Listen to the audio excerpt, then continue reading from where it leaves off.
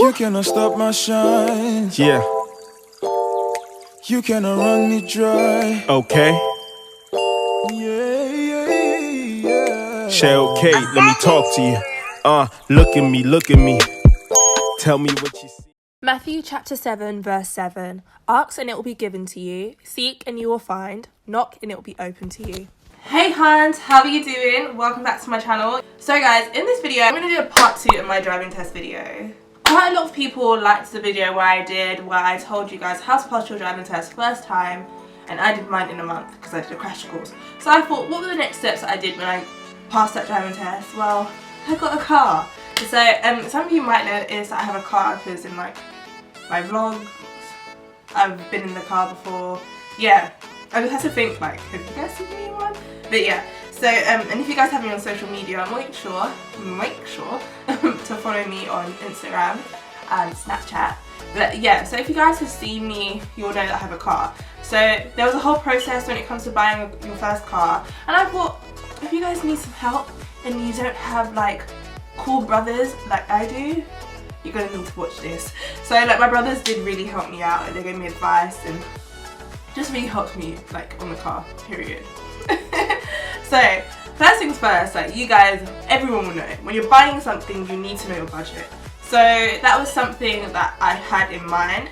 To be fair, when you're buying your new car, like I don't think you need to buy like splurge the cash or anything. Like this is your first car, like God forbid, but this is a car that can get some scratches, can get like a little bit of, you know, nothing's gonna happen to you. We pray that whenever we go out we are safe, you know what I mean? But just the car that you can like, oh, make a little scratch on if you're like reversing or something.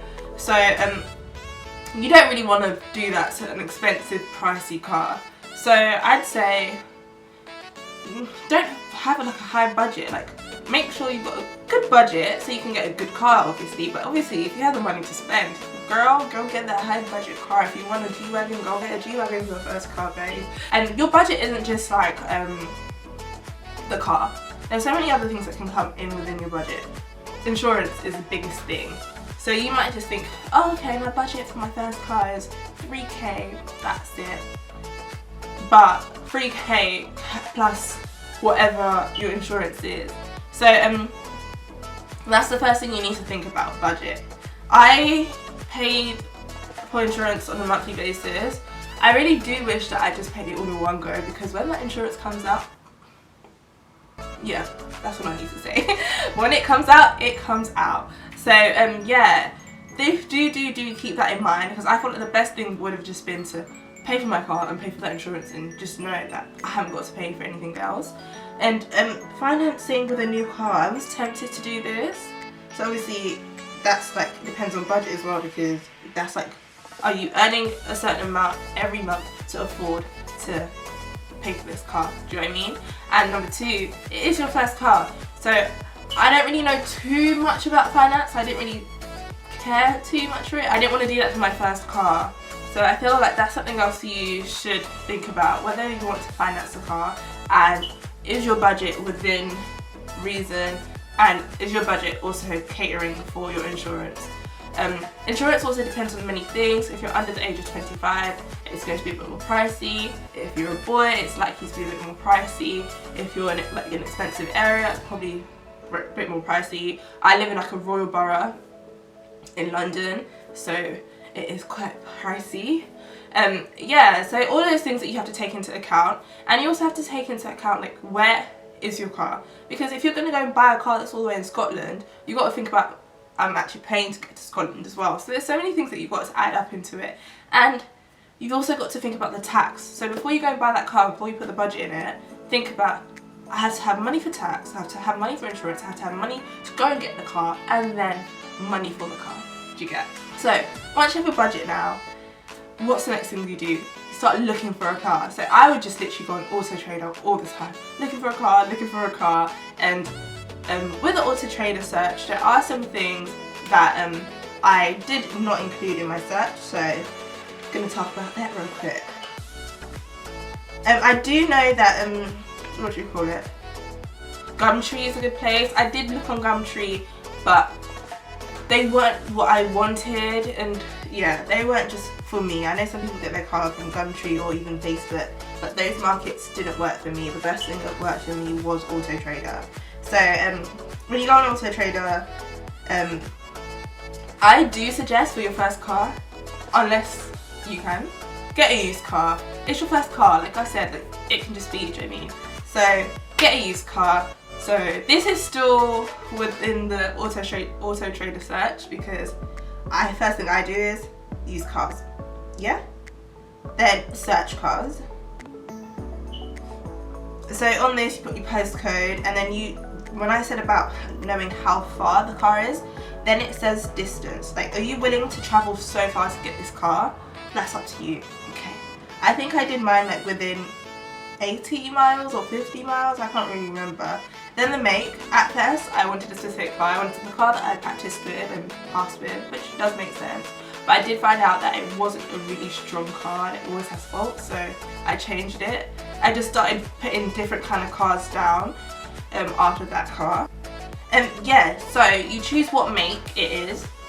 So let's go, for example, you want a Volkswagen Polo, right? So make Volkswagen, model, you want a Polo, model variant. See, with me, I didn't know that the specific model variant I wanted, but I feel like in the Polo, I feel like the TDI is good, from what I remember. Then fine with cash or finance. So this is when I was talking about what you want to do. We're going to take the route that I took, and we're going to choose the cash. So maximum price, let's say now your budget is 4k, like that's your maximum. Show the year that you want. So I didn't want a car that was any older. I didn't want a car that was older than 2013 or 2010. I was a bit like, 2013 or 2010. But I just always used to put 2010 down, and that was due to like the makes of the car that I wanted. So with the car that I learnt with, which was a Ford Fiesta, I didn't want anything to be less than a 2010 because I like that shape. But the car that I ended up getting, the Astra, the shape changes from 2010, so I said yeah, 2010, that's it. So that's my like least, like lowest. So I said minimum year 2010. Then the next thing you guys got to think about when you're looking online is mileage. So the better the mileage, the lower the mileage, the better. So if your car is going up to, if the car that you end up buying is 100,000 miles, it's not the right one. I've been told that you should get a car maximum up to 70,000 miles. So that's what I put as my max. Yeah, that's what I put up to my max. Obviously, the lower the mileage, the more pricier the car will be as well. And then the gearbox, like, it's up to you. If you learn to drive automatic, if you learn to drive manual, even if you learn to drive manual and you don't want to do manual anymore, you just want your first car to be automatic, go for it. Because I can't wait to get an automatic car. But no, I feel like manual is fun though. I'm having fun with it, but yeah, I can't wait for an automatic. So I put that in the gearbox. I'm just going to put manual for now. And then fuel type, I think the TDI is only diesel because it's only showing me diesel, but mine's petrol. I have been told that petrol is better and cheaper. Yes, I'm correct, and I remember. Yeah, it's better and cheaper, but there are some areas in London that charge you for your emission. They charge you for the, what is it called again? The ULEZ. It just depends. You have to find out if your car is exempt from that charge. Mine is, but so that also is something that you have to take into consideration when buying your car as well and looking for it and searching. So engine size, the bigger the engine size, the more pricier the insurance can be as well. So yeah, think about that, guys. Think about it. Think about it. Think about it. Whoa, think about it. And mine's actually 1.4. I don't know what's going on with Autotrader. I haven't been on Autotrader since I bought my car, but it's only showing me 1.6 and 2 litres. Maybe that's what the Volkswagen Polo that they have the moment can do. We shall see. Any doors. I chose 5 doors because I've got a big family, so quite a lot of times like I might have to have my family in my car. Not like me having family, like family members. Yeah, so I have nieces, have parents, siblings, you know, nephews, the whole lot. So sometimes they might have to come to my car, so I thought I'm going to consider them, I'm not going to be stingy, and I'm going to get a 5-door. So think about that as well. I know some people want 3 doors so they don't have people coming into their car because people complain about having to, you know, push the seat down and all sorts. Colour, I was very specific. I just wanted black, grey or white. And I got grey. And then seats, all of that. Everything else I didn't focus on. Yes, here it says only show ULEZ compliant cars. So you can choose to do that. And then this is a bit that I didn't know about, but I spoke to my brothers about and they told me. So Cat SCDN. Those are different kind of categories that the car might be in, and I just decided to exclude all categories. And just to let you guys know what that is, Cat S is one which has sustained structural damage during a crash. Cat N, which was known as Cat D, car hasn't suffered any structural damage, instead it could be a cosmetic or electrical problem. So yeah, that is some of the categories explained for you guys. So I just said, yep, I don't really understand this too tough, so I'm just excluding every CSDN from my car. This is when all the cars just come up, and what I did was just literally do lowest price first, because it ticks everything that I want the car to have, do you get? So anything that comes up is basically just depending on mileage now, really, because they're all within the mileage I want, but they're going to be at lower mileage than some. So the first one that comes out here is £3,950, 45,000 miles, not too bad, 2019, got the nice shape of the Polo. That's it, you got within your budget, but your budget was 4,000. Your insurance is not going to be £50, hun. It's not going to be £50. My insurance, I don't know the exact number, I can't remember it right now, but it's 2k. 2 something, yeah. It's not going to be £50. So if you actually only can make it 4,000, you've got to lower your budget. You've got to change the type of car. Maybe to try a 3-door car now. That's something that you've got to think about. Things to help you. So first of all, your budget, make sure it includes everything that will be needed for the car. Then you'll search. Where to search? Autotrader, Gumtree, and Facebook Market, and you can go to auction as well. I got mine from Autotrader, so I kind of helped you guys with the steps with Autotrader there. Okay, so the next thing now is really found the car, let's go and check it. I'd say if you're like me, go with someone that understands cars a bit more. So I went with my older brother for my first visit, and we went there. There was quite a lot of scratches on the car, and there was something coming up saying like service, da da da da. And I was just like, I want the car, I love it. This is the car I want.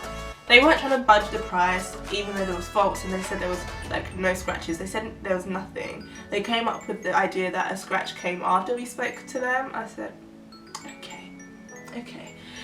So yeah, so go with someone that understands cars, can test them out, do you know what I mean? And obviously whilst you're there, go for a test drive. If you like the drive, you're like, yeah, this is it. It's within my budget. It's what I wanted. The mileage is good. I can drive this. This is me. Then go for it. Get your car. But if not, don't push yourself and don't rush yourself just because you want a car. Do you get? So that viewing didn't work for me. I carried on checking. Like I was thinking, I would have had my car today. Why is this happening? When am I gonna get my car? Behold, we got a better deal for exactly the same car. No scratches, no nothing, and yeah, the only difference is that this car was in a whole different city. So yeah, so that's what it really was, to be fair. Literally just set out a budget and realised that there were certain things I'm going to have to pay for within the budget. Now I know this, then check out where I can get the car from and what kind of things I want for the car and what kind of things I don't want for the car. Then going to visit the people that sell the car, if it's at a dealership or if it's actually a person selling their old car. seeing if the car is for you, test driving it and making sure the car is 100%. Then you hand them the money and that's it. You've got your car and you're gonna be scrut on the road. But yeah, I really do hope that you guys enjoyed that, and if you need any more information or any questions, do ask me below. And how long was the whole process? I was serious from end of June. I was serious from end of June and I got my car in July. So it can be quick and fast if you know what you want and you put down the budget and everything. Because before I was just looking, but when I was like, I'm getting a car, it took me less than a month. And one thing, I didn't get the car that I thought I would get, and I'm happy with my car. I love it, I like it.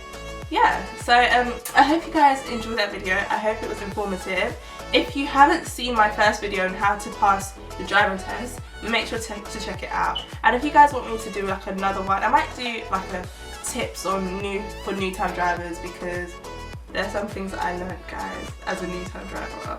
But yeah, make sure to carry on watching my videos, and if you're into beauty and fashion, go and check those kind of videos out. And if you like lifestyle, go and check them out. And if you're just here because you wanted to know about a car, thank you for watching, but subscribe because I told you I might make another one. So take care and I'll see you later. Stay blessed and stay happy. Bye. Look at me, tell me what you see. See, I am like